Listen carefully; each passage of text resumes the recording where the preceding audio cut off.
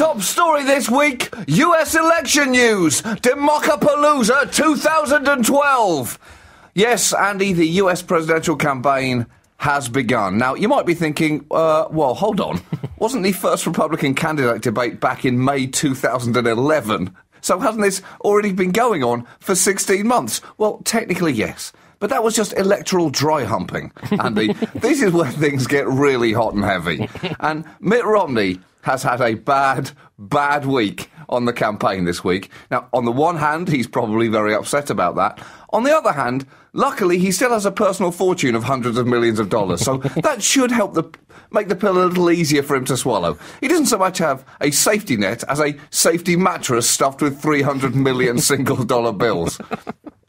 Romney became YouTube's latest victim, putting him in another exclusive club in his life, this time one that includes Kramer from Seinfeld and the testicles of thousands of errant skateboarders. He was caught on camera at a $50,000 a plate fundraiser back in May, which is already a little awkward in terms of optics in the current economy here in the US, unless part of that meal is a cheque for $49,000. The point is, during his speech... Or a raw unicorn testicle. During his... No one would begrudge that. He was recorded talking about poor people with the tone of a Dickensian villain, saying, and I quote, "There are 47% of the people who will vote for the president no matter what. There are 47% who are with him, who are dependent on government, who believe that they are victims, who believe that government has the responsibility to care for them, who believe that they're entitled to healthcare, to food, to housing. My job is not to worry about those people. I'll never convince them that they should take personal responsibility and care for their lives."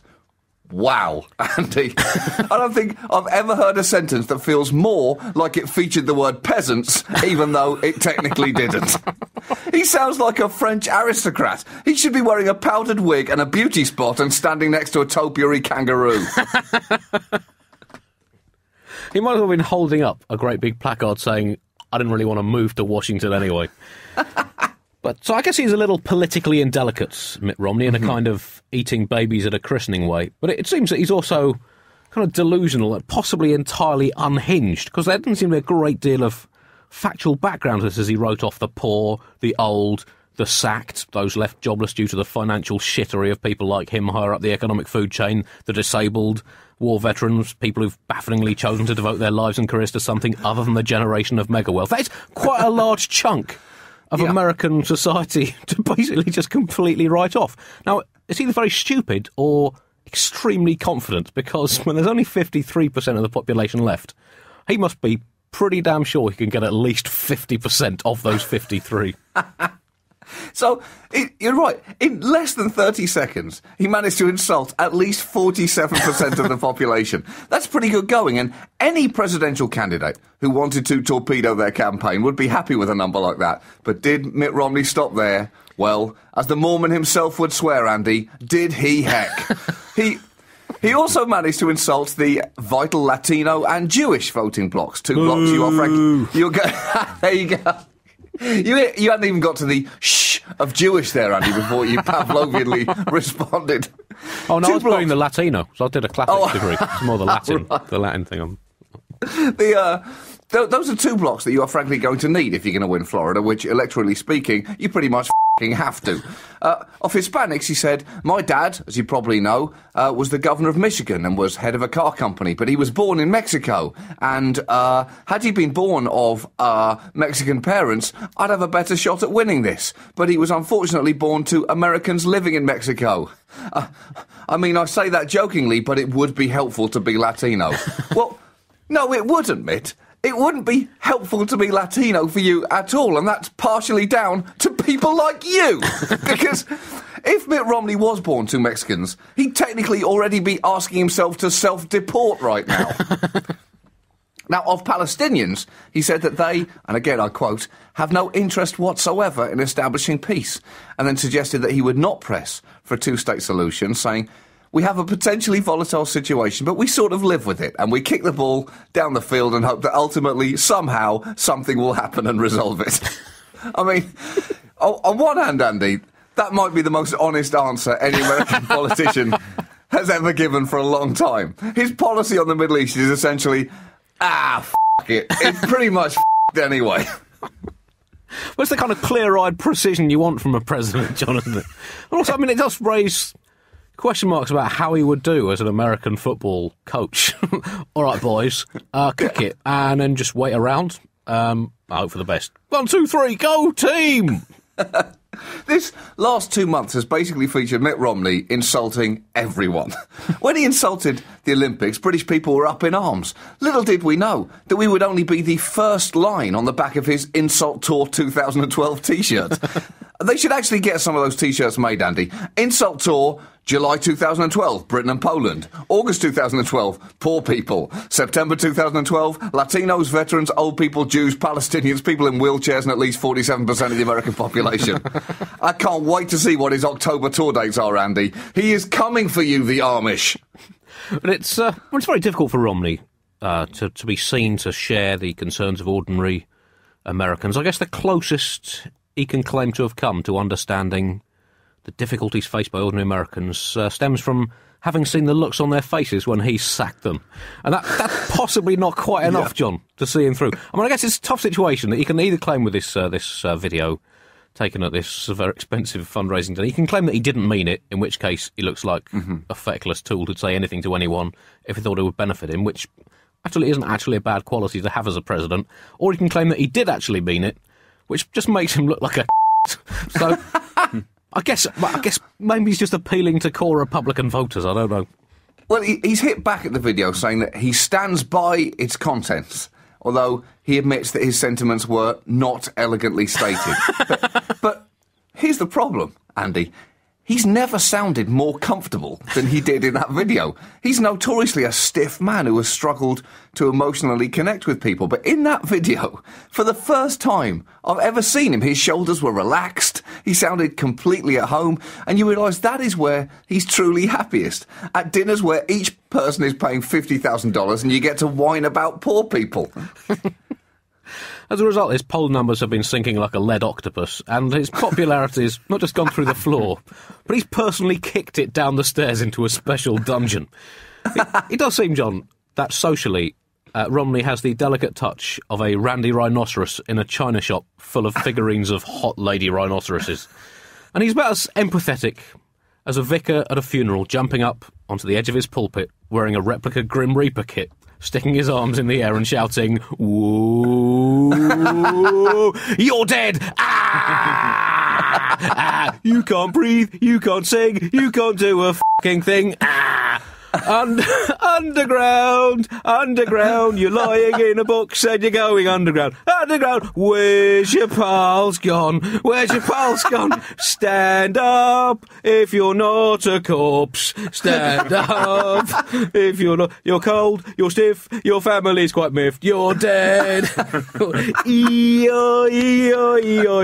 Off to the cemetery you go. You were someone's granddad, they're crying tears of woe. But you'll be gobbled up by worms, or else you'll decompose. Rigor mortis, ole, ole, ole.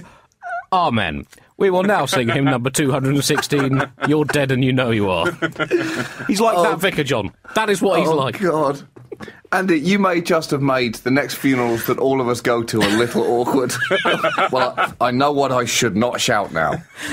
So I should definitely not shout that, even though every pulse in my body wants me to. The point is, campaign season has begun, and you'd all better brace yourselves for 6 weeks of premium-grade bullshit. I'm talking platinum nonsense, and it can get a bit confusing at times, so let me help you. You're going to see and hear a lot of things over the next month and a half that sound a lot like lies. And you might find yourself wondering about how the hell these campaigns can get away with some of them. But the truth is that not all lies are the same. There is a hierarchy of lies. Some are allowable, some are not. There's actually a scientifically measurable scale of fibs that ranges from utter and total bullshit, that's the worst, and descends down through Whoppers, Whoppers Jr., lies, white lies, and Santa. Now, that last one, of course, is the most acceptable form of lie available. It's a lie to children to help make the world a bit more bearable, like the tooth fairy, where we lie to children by saying that a magic fairy is going to leave you money under your pillow for your tooth, rather than telling them the actual truth, which is, of course, that a tooth fell out of your head and one day everyone you know will die. Now, white lies... The tooth fairy, that's basically been the foundation of the European economy for the last 20 years. White lies, that's the next step up, are lies that people will look the other way for. Things like, padding out your CV to get a job and claiming or not claiming fart ownership. Stuff that everyone does. Actual lies are lies that could really hurt somebody. Stuff like, she's just a friend, or the facts in a Texas textbook.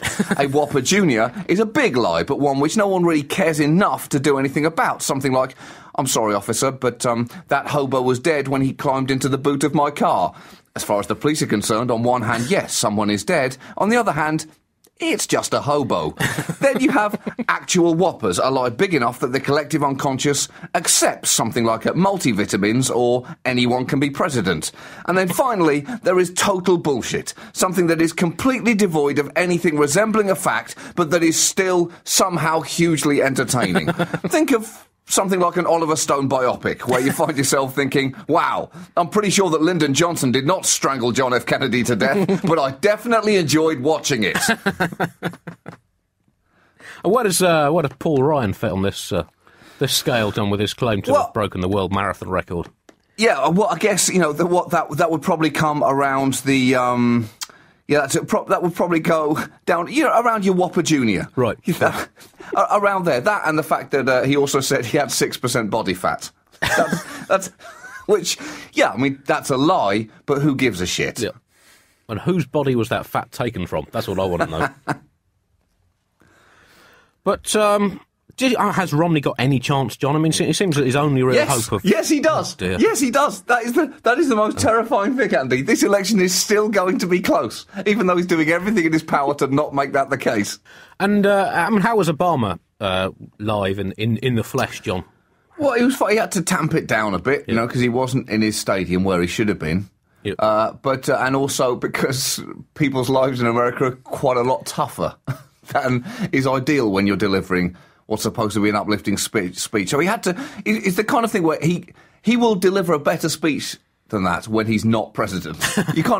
You're working with a handicap when you're president. There's some interesting things that he said. He said, I never said the journey would be easy. Fair point, but you did at least suggest that it would be partially paved. The road is longer, but we travel it together. Well, by a map. And Providence is with us. Well, that may be so, but Providence clearly is not what she was. She's a bit cranky and senile, doesn't seem entirely sure what she wants from life anymore. Frankly, it's probably best for everyone if Providence just popped her clogs and stopped interfering.